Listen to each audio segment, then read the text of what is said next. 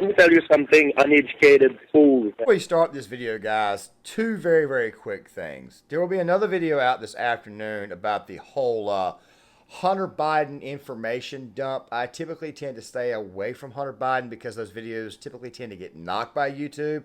I just want to go ahead and kind of throw that out there now. There will also be another video on my second channel, Gear Issue 33, which will be talking about these woke soldiers losing their mind over Roe v. Wade. I'll be talking about that there and discussing that there tomorrow as well. And I'll be working on that video tonight to go along with this one right here, but also something else too. One of the reasons why I've been a little bit infrequent and I chose the last week of June and the first week of July to kind of take it easy is because 4th of July fell on a weekday. Normally when it falls on a weekday, everybody just kind of like just takes it easy. Not to mention the fact that the news cycle itself is kind of been slow to a certain degree. Now guys, I normally stick to societal takes. I don't really get to politicians that much. I did do a couple of videos last week, as you guys are seeing here, who will be the Dem nominee in 2024. And of course, Ron or Don. I will be leaving those videos in the description box or the comment section, as well as the link to my second channel. And with that out of the way, guys, let's go ahead and get into this. Now, first and foremost, though, guys, make sure you guys hit that thumbs up button. Make sure you guys cut on the notifications. Make sure you guys hit that subscribe button. Let's make this channel grow. And also, guys, give me your feedback in the comment section. I want to get your guys' thoughts on this right, and let's go ahead and talk about this. So, Fox News did this piece. And by the way, I want to go ahead and just kind of like tell you guys really quick, I don't really watch Fox that much anymore. I just maybe like might watch Tucker Carlson monologue every now and again if something breaks. A lot of Fox News viewers got upset and they went to Newsmax, but I don't really watch Newsmax either because Newsmax really is just picked up on Fox's jilted viewers after the 2020 election. But they did this nice little piece, I guess it was on the online streaming service that they have, where Biden voters are starting to explain to the people out there that, yeah, they're turning on Joe. Now, before we look at this right here, I got to go ahead and let you guys know that I've gone kind of hard on Biden voters as of late. I really truly have. But I think that what happened is that I go after the more anti-Trump, anti-conservative, anti-anybody on the right philosophy, not the actual moderate voters who thought they were doing the right thing at the time. Now, guys, obviously, it was a very, very bad decision, and if I'm the type of person that if you make a mistake and you own up to it, I can forgive you. Now, of course, just don't go out and make the same mistake again. Please don't do that right there. However, this piece right here was very interesting because my initial thinking when I saw the piece was, no, these people are just going to stay home, but the end result here is actually quite surprising. Let's go ahead and take a look. Part of it was just the handling of the pandemic. It was the handling of the economy. It's inflation. It's because I voted for someone who's essentially furthering Marxist ideas in our country that I regret voting for him. I mean, it really was a terrible choice.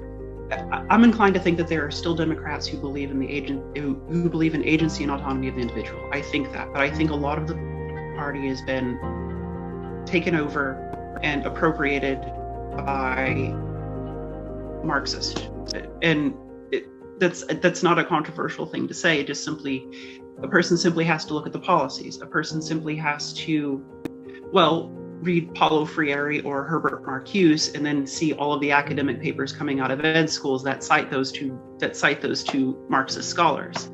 So back in 2020, it was the first time I ever actually decided to vote, and I did vote for Joe Biden because of all the promises he had made. His main point was he's going to help the poor people, but and that the stimulus check. But we didn't get the full stimulus check that he had promised us. He didn't keep any of his promises. He's not helping the poor. The poor are getting poorer. I'm the poor, and I'm getting poorer, so I can barely afford to eat. Groceries are expensive. Gas is expensive. Like, how is gas $5 a gallon? Couch surf right now. I kind of stay with my boyfriend and his mom. My son lives with my parents. Like, I don't want my son to have like a homeless mom, but it seems like everyone's going to be homeless soon. Like, it's so scary where the world is going. And it makes me seem like, what kind of future do our kids have? I used to be a Biden supporter. I'm definitely not a Biden supporter anymore. I was anti-Trump. I thought he was a horrible person. I found out completely false. I believed that he was racist, he was a sexist, womanizer, just all these terrible things, just from the news and media lying on him. I feel like I'd been lied to by the media telling us Biden's the answer to all the country's problems. Like, that's what I saw him as when I voted for him. And they made Trump kind of the bad guy in the media. But things were a lot better when he was president. I cannot see any reason why I would be voting Democrat in the next election. As far as looking at 2024, I'm hoping DeSantis runs and he will have my vote. If Trump runs again and wins the primary, he will have my vote as well. I would actually, I see myself definitely voting for Trump if he were to run. I won't be voting for Biden again. That's for sure. Guys, when I was watching this, my thinking was, as I said before I played the clip, my thinking was that these people were just simply saying, screw this right here, I'm getting out of the political process. Now, guys, let me kind of take you guys back a little bit. 2004, George W. Bush was in office. He was running for re-election. I was actually doing my first deployment to Iraq at that time. And the general sense was that Bush might not get reelected. Now, guys, this is obviously when I was 19 years old. You guys can go ahead and add up my age now. That's fine. But the thing is this right here. Typically, you don't change presidents during a time of war. So Bush ultimately got reelected. 2008, Barack Obama came in and completely steamrolled John McCain. Well, the thing about John McCain was that John McCain was not exactly, how do I say, the most conservative of Republican senators. He didn't even get the full conservative base, and there were a lot of people voting third party. There were like 4 or 5 separate candidates that ran for president. One of those guys, of course, was Ron Paul.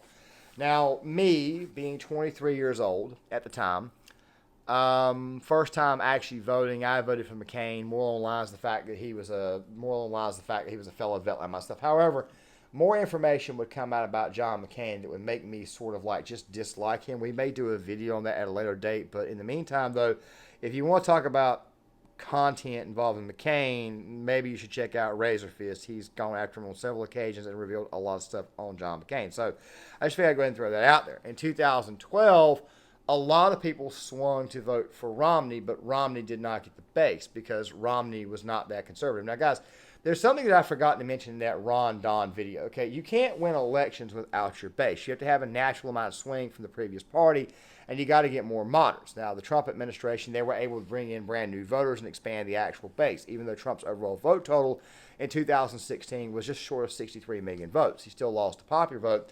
And, of course, this last election, he got 74.2 million voters. Now, guys, we can't really talk about our actual feelings about 2020. I know somebody in the comment section is going to come in here and talk about that because YouTube will ban you in a heartbeat. However, I just say that the Time of Life 2021 article kind of admitted what actually happened. They talked about the shadow campaign, all that stuff right there. The thing is this right here. When people's pocketbooks begin to get hit, when you're paying $5 and $6 a gallon for gas, which, by the way, the price of gas is lowered here where I live at down to $3.90 a gallon. They're only doing it for one reason and one reason only. It's called, let's just say it's called softening the blow. You see, we went from red wave to red tsunami to then ultra mega red wave tsunami. Then, basically just basically a pure flat out ass kicking. And by the way, with Biden's approval rating now getting below 30% as of civics, yeah, I got a feeling that Joe Biden is going to get, the Democrats get absolutely creamed this year. I mean, sometimes the polls are, we oftentimes argue about the polls and how they're off and how they may get it right sometimes, but the truth is this right here. The 2020 polling data is what they're going off of. So right now with registrations, the red wave is probably going to be a lot bigger than you think. And Democrats right now are trying to do everything they can to kind of soften the blow. Which, by the way, brings me to these voters here. Now, guys, like I said before in the early portion of the video, if you own up to a mistake, if you made a mistake and you own up to it, as long as you are not going to commit that same error again, I got no problem. Hey, man, you made a bad decision. I forgive you. All right.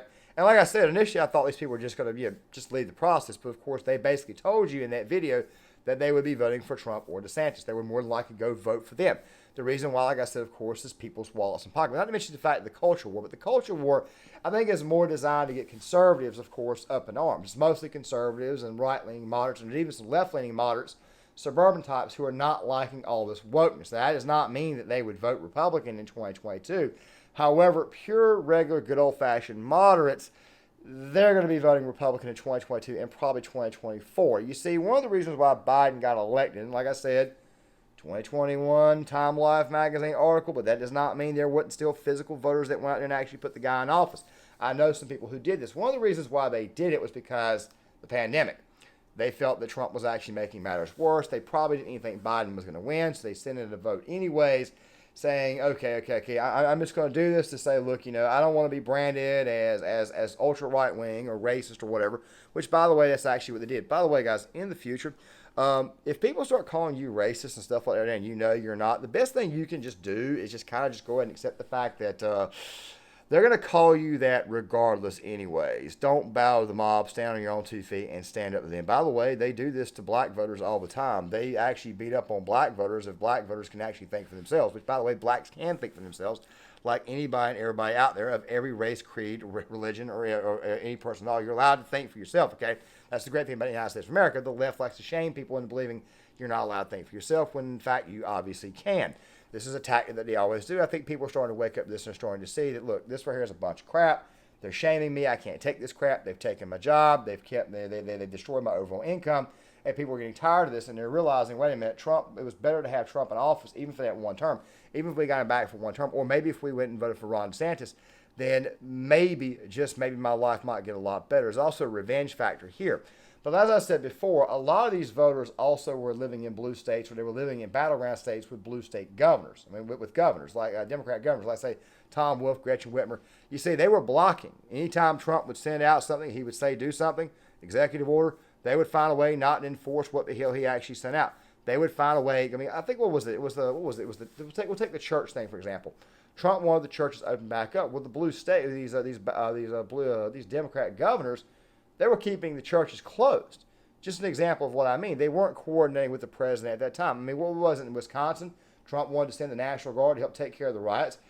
Tony Evers said, no, we're not going to do this. By the way, I mean, that kind of happened in 2020, where a lot of these governors just said, you know what, screw it, we're going to allow the riots to go on. It'll hurt Trump. We'll let the country burn in an attempt to hurt Donald Trump. And, of course, people were actually beginning to wake up. This is starting to see. If you have a genuine red-pilling moment where you're kind of like, you know what, I don't want to vote for these people anymore. I'm going to go vote for the other side because I think they're a little bit better. Then I can forgive you, okay? Like I said, I know a lot of these people who did that. And guess what? They kind of sort of feel the exact same way. These people here that did this interview, Fox News, also feel the exact. They also kind of concur in their feelings about the situation at hand. Guys, John Clanmore here. I know it took a little while. I know I kind of went off the rails right here towards the last part of this video. But guys, if you guys like this content, hit that like button, subscribe, share the video. Give me your guys' thoughts in the comment section, and I'll see you guys later. That seed salesman sure saw us coming. No, saw you coming. Corn, corn, corn. Nothing but corn.